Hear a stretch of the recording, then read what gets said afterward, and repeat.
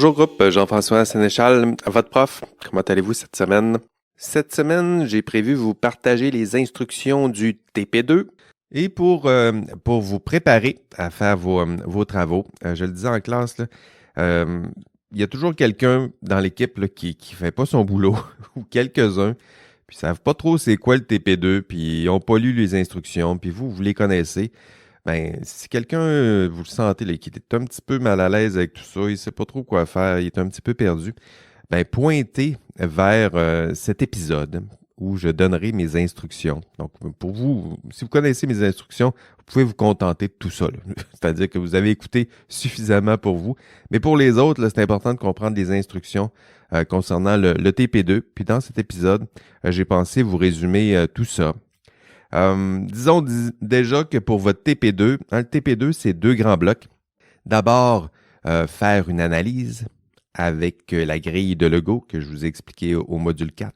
Donc, passer à travers la grille. Et 2, produire un rapport décisionnel.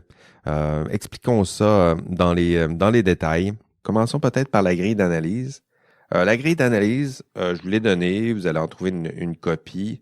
Je vous dirais déjà d'abord, là, c'est pas important qu'elle soit parfaitement complétée. Pour vous, là, c'est un soutien pour votre analyse en équipe. À quoi je dois penser pour analyser? Bien, je dois suivre la grille.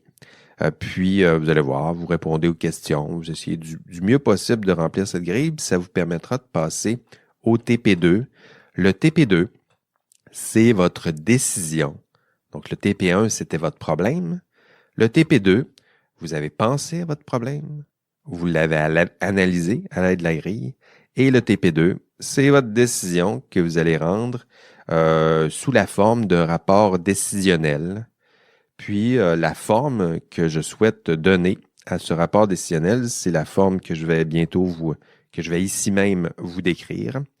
D'abord, première page, je vous suggère de me faire un résumé de votre problème. Ça peut être un copier-coller là, de ce qui a été fait, ou ça peut être une reformulation là, en vous assurant que les principaux faits là, sont bien expliqués, que le problème 1, mettez-vous à la place du lecteur. Là.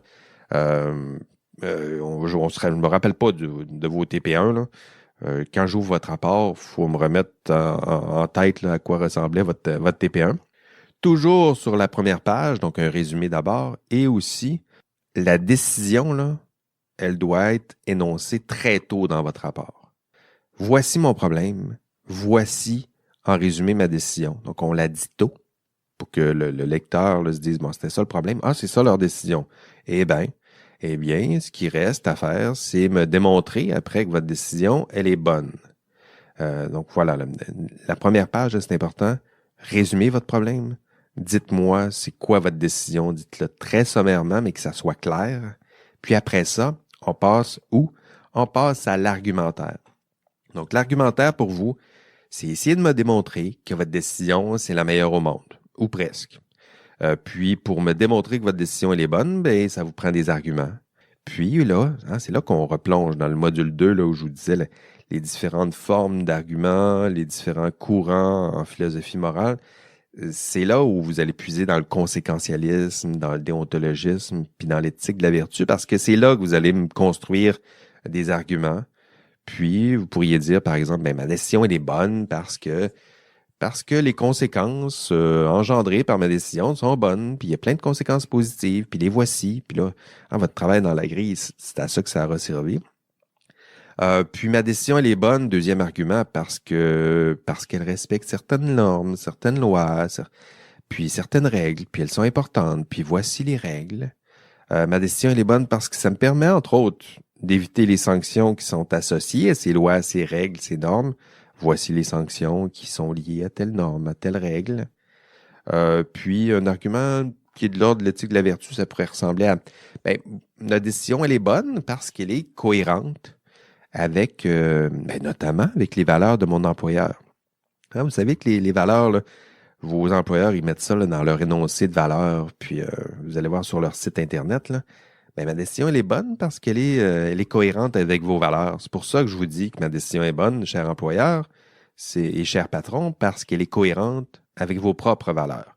Donc ça peut être un bel argument de type éthique de la vertu, mais à chaque fois, quand vous allez construire votre argumentaire, l'important, c'est de garder toujours la même question en tête. Vous pouvez même l'écrire là, sur un post-it, là, vous l'affichez sur votre écran. Là. Pourquoi votre décision est-elle bonne? C'est ça, le défi du TP2, c'est me convaincre ou convaincre le lecteur ou le correcteur que votre décision est bonne. Puis voici des arguments. Puis dans votre texte, vous allez tenter de nous convaincre que votre décision, elle est bonne. Pas que vous avez complété la grille. Je sais, il y en a qui vont être tentés de dire, ben voici, notre décision, elle est bonne parce qu'on a respecté la grille, puis là, on a telle étape, puis telle étape, puis telle... Non, c'est pas comme ça. Là. La grille, ça sert à l'analyse. Le TP2, c'est une toute autre chose. C'est un rapport décisionnel. Votre grille, vous l'avez faite, bravo. Contentez-vous de la mettre en annexe. C'est votre travail là, d'analyse qui est là en annexe, mais c'est pas votre rapport décisionnel. Votre rapport décisionnel, c'est votre problème, votre décision, votre argumentaire qui soutient cette décision. Puis dans votre TP2, c'est ce que vous allez, dans votre rapport décisionnel, c'est ça que vous devez faire. Hein, me convaincre ou de convaincre, encore une fois, le lecteur, le correcteur, que votre décision, elle est bonne. Puis qu'elle s'appuie sur des arguments forts, hein, bien documentés, rigoureux, cohérents. Puis j'ajouterais que peut-être que pour rendre vos arguments rigoureux, qu'est-ce que vous pouvez faire? Ben, vous pouvez déjà vous appuyer sur des études scientifiques. Hein. Si vous dites qu'il y a un risque, ben, êtes-vous capable de démontrer ce risque-là? Si vous dites que votre décision elle est bonne parce que elle respecte la loi, ben OK, c'est quoi les lois, les normes? Soyez prudents, soyez précis surtout. Vous dites que votre décision elle est bonne parce qu'elle respecte la loi, ben vous pouvez aussi citer des jurisprudences. Allez voir c'est quoi le juge. C'est quoi qu'un juge dit devant une cour de justice lorsqu'un problème qui ressemble au vôtre se présente. Hein? Ça peut être convaincant. Là. Vous dites à votre patron, ben, notre décision est bonne parce qu'un cas comme ça, il y en a déjà eu devant un juge, puis le juge les a condamnés pendant 10 ans, puis a donné une sanction d'1 million. OK, ça commence à être convaincant. Oubliez pas à faire quand je dis rigoureux aussi, c'est pour ça que je vous demandais d'avoir une vraie compagnie. Là. Si vous êtes capable de documenter des normes internes, si vous dites que votre décision respecte les valeurs, essayez de citer des documents qui proviennent aussi des sites de ces compagnies-là. Ça aussi, ça permettra d'accroître, je dirais, la rigueur de votre document. Puis, votre document, je vous invite aussi à faire attention à la structure. Hein. C'est pas un hasard là, si je vous aide à créer la structure, parce que souvent, là, c'est quelque chose que vous maîtrisez peut-être un peu moins bien. Mais pour vous, votre structure, là, c'est assez simple. Là. C'est votre décision, elle est bonne parce que 3 paragraphes. Hein? C'est aussi simple que ça. Là. Si vous avez 3 arguments, c'est 3 paragraphes. Ma décision, elle est bonne parce que 1, 2, 3. Premier paragraphe. Elle est bonne parce que 1, puis là, on explique, bon, elle est bonne parce que les conséquences positives, puis blablabla. Puis c'est à travers ces conséquences-là, on voit très bien telle valeur, la valeur qui est promue par mon employeur. Donc, deuxième paragraphe, mais ma décision, elle est bonne parce que 2. Hein, deuxième argument, elle est bonne parce que ça nous permet de respecter les normes, ça nous permet d'éviter telle sanction, ça nous permet de s'inspirer des leçons de telle jurisprudence, puis voici la sanction, blablabla. Puis, vous continuez. À chaque fois que vous avez un argument, un autre paragraphe. Puis c'est ça la structure. Là. Puis à la fin, en conclusion, ben notre décision, elle est bonne parce que 1, 2, 3 et 4, puis pointe dans la même direction. Puis cette direction-là, elle est cohérente avec la valeur de protection du public qui, elle, est au cœur de mon ordre professionnel. Ça ressemble à ça. C'est sûr que c'est à l'audio, là. Peut-être que ce serait mieux. Mais en fait, vous allez voir en classe, je vais présenter un peu la même chose, mais c'est ça la structure que je m'attends. Vous me dites que votre décision elle est bonne, vous me dites que vous avez de bons arguments. Ben, donnez une cohérence à ces arguments, puis donnez une structure à ces arguments, que ce soit d'un point de vue logique, mais d'un point de vue aussi de l'écriture. Hein. Ça sert à ça aussi. Expliquez-moi pourquoi votre décision, elle est bonne, elle est vraie, elle est juste. Puis pour ça, là, ben, vous pouvez puiser dans les arguments que je vous ai déjà expliqués un peu plus tôt. Au passage, n'oubliez pas à la fin, vous allez voir dans la structure, je vous demande d'expliquer la mise en œuvre de votre décision. C'est important d'expliquer au lecteur, à moi ou à celui ou celle qui va corriger votre problème, expliquez-lui c'est quoi les actions qu'ils doivent suivre. C'est-à-dire que vous avez proposé une décision, vous avez dit que la décision elle est bonne, qu'elle s'appuyait sur de bons arguments. L'étape suivante, c'est lui dire, ben, maintenant que je t'ai convaincu que ma décision est bonne puis que j'ai de bons arguments, voici ce que tu dois faire. Voici les actions qui restent à poser. C'est ce que je veux voir là, dans la mise en œuvre. Vous pouvez voir toutes sortes d'éléments de mise en œuvre, mais je vous invite aussi, c'est souvent là, que vous pouvez pointer dans la mise en œuvre vers des pistes d'action pour réduire les impacts négatifs de votre décision. Vous le savez, là, lorsqu'il y a un dilemme, quand on fait des choix, c'est des choix déchirants. Puis il y a une partie du dilemme qui est sacrifiée, puis qui va être meurtrie par tout ça, là. C'est-à-dire que dans toutes vos décisions, c'est sûr qu'il va y avoir à quelque part des conséquences négatives sur une des parties concernées ou un des acteurs concernés. Puis la mise en œuvre, c'est souvent là, que vous pouvez rappeler au lecteur ou au décideur, c'est quoi que tu pourrais faire pour réduire les conséquences négatives de cette décision. Puis votre mise en œuvre, là, dans votre rapport, c'est là.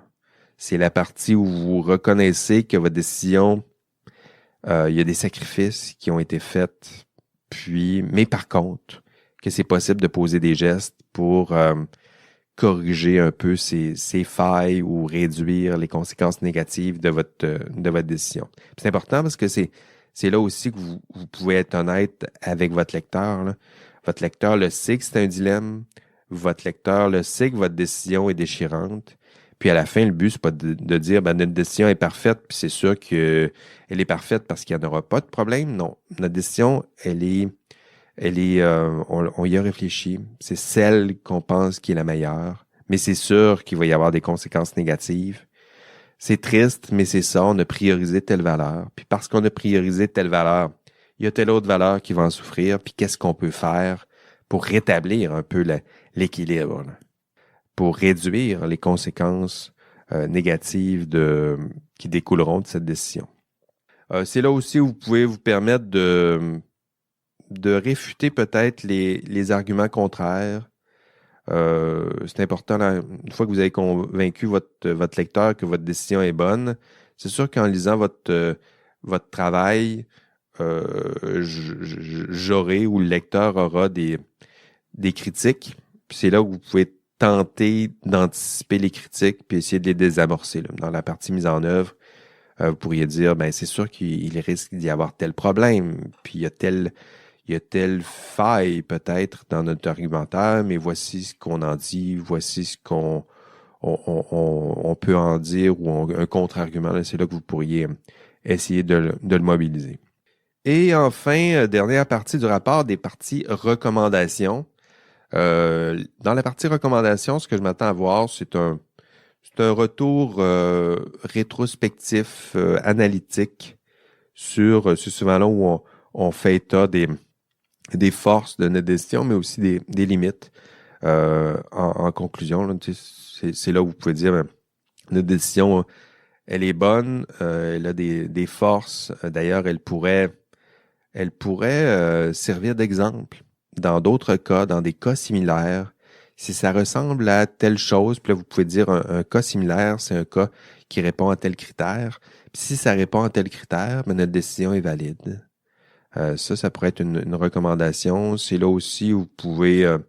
c'est souvent là où les étudiants vont faire état des mesures, je dirais, structurantes pour éviter ce genre de problème. C'est important, là. Vous m'avez, dans votre rapport, expliqué c'était quoi le problème, expliqué c'est quoi la décision, puis expliqué c'est quoi votre argumentaire. À la fin, c'est important de dire au lecteur, vous savez quoi, ce qui aurait été intéressant, c'est d'éviter le problème en tant que tel. Puis voici qu'est-ce qu'on pourrait faire pour éviter que d'autres personnes comme moi se retrouvent face à ce genre de problème. Voici des outils dont on pourrait bénéficier pour résoudre peut-être plus aisément ce genre de problème. Voilà, c'est tout. C'est ce que vous devez faire dans votre TP2. Un rapport décisionnel, 10 pages, plus ou moins 10 pages. Là.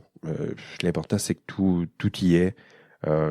S'il manque des choses, si c'est moins que 10 pages, assurez-vous que tout y est. Puis s'il y a plus que 10 pages, assurez-vous que ce soit bien bon, là, parce que je me tanne assez vite, puis mes correcteurs aussi.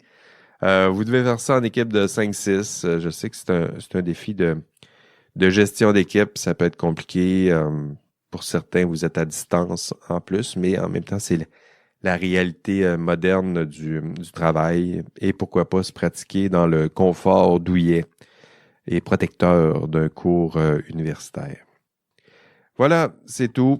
Courage, plus que quelques semaines de travail intense et engagé dans ce cours et dans ce TP2. Vous en êtes très certainement capable. Allez, bye bye.